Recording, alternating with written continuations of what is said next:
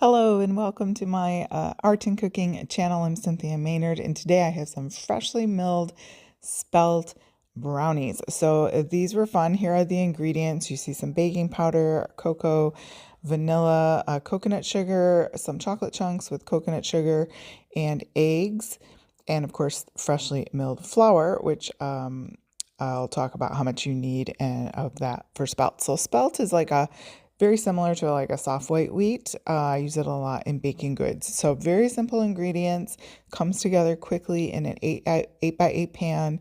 And here we go. So we're starting off with our butter here. We want to melt that in the bowl. I just use the bowl that I'm going to do all the mixing in, a half a cup. So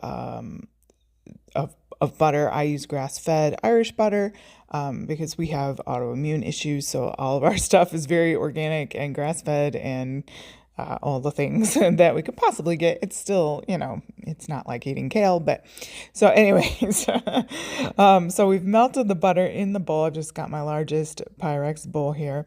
And then we're adding 3/4 of a cup scant coconut sugar. You could use regular sugar if you don't have that.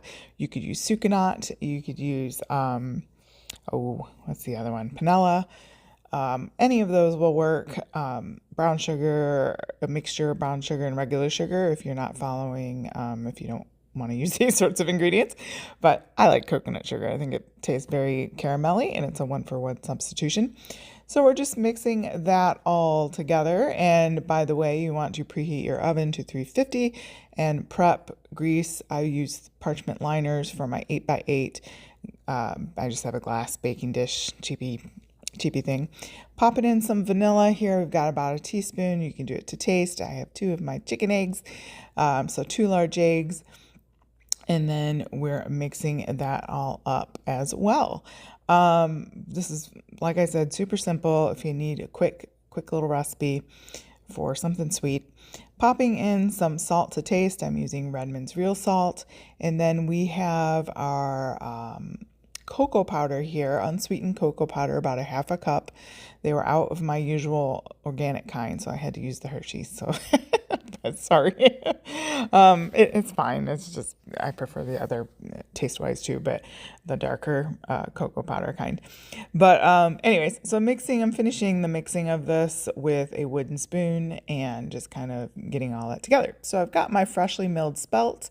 You need about a cup of that.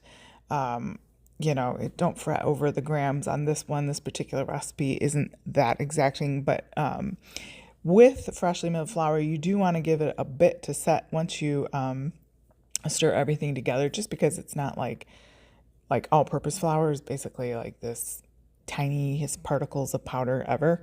And so liquids get absorbed very quickly, but with freshly milled, even on the finest setting, it's just a little bit bigger particles. So you want to give that liquid a chance to get in there. And I just put in about a 1/4 cup of milk. You could use buttermilk, use whatever you have. You could use cream, just something, you could use almond milk for that matter.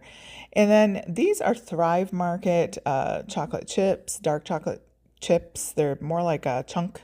I should say they're chunks, not chips. And they're sweetened with coconut sugar. So it's very difficult to find. The only other one is that Who brand, HU. So anyway, not the cheapest things in the world, but they're very tasty. You can see here my 8x8 pan aligned with parchment. And just putting that mixture into there, just like you would any brownie recipe. Of course, you could certainly use a spray instead of the parchment. I just like these. I feel like whenever I spray, stuff gets stuck. I don't know. Whatever. You could smush it around with more butter. That would be good too.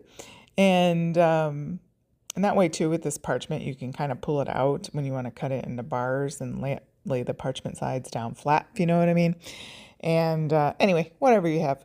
And then we're going to bake this in the 350 oven for about 18 to 20 minutes. You're going to have to look here and see when it's done to you because every oven is different, of course. And if you're using a metal pan versus a glass pan, et cetera, et cetera. So just start at the 18 mark and go from there, I guess is what you would say. And you know what to do. So, and if you don't, you can leave a question down below and I will be sure to get that to you. So I let that cool. on a wire pan in spite of the swarming people. and then I'm just kind of cutting it up and plating it up there. So little guy, because I can't eat a lot of brownie no matter how how good the ingredients are. But anyway, super tasty and fudgy. It's like a slash cakey fudgy kind of a brownie. So you could play around with the recipe and add more eggs, or bake it a little less if you want more of that squishy kind of brownie.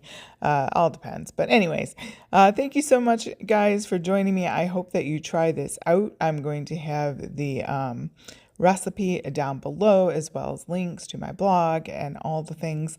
I thank you so much for joining me. I hope you have a happy and healthy day.